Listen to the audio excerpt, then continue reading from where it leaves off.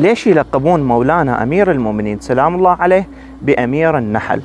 بإحدى المعارك الإسلامية كان جيش الأعداء يتحصن بخلايا نحل كبيرة، وكانت هذه الخلايا تضم أعداد كثيرة من النحل، بحيث كل ما يهجمون المسلمين على هذه القلاع كانت تهجم عليهم النحل وتخليهم يرجعون إلى الخلف، إلى أن استلم الراية مولانا أمير المؤمنين سلام الله عليه وقاد المسلمين للهجوم على هذه القلعة.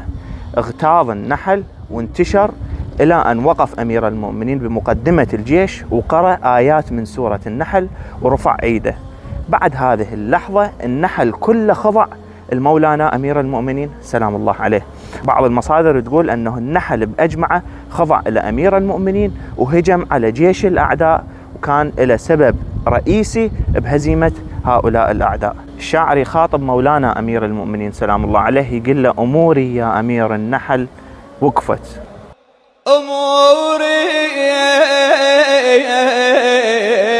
يا أمير النحل وقفت، الدنيا وياي جنها دبرت،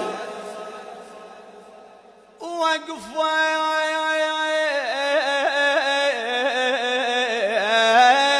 بجاه اللي بسد الباب. يلا عندك حاجة اتهم اقسم على بالحسن بهذا القسم.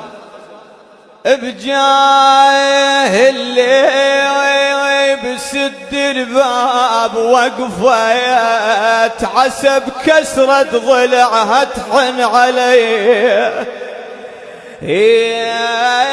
عسب كسرة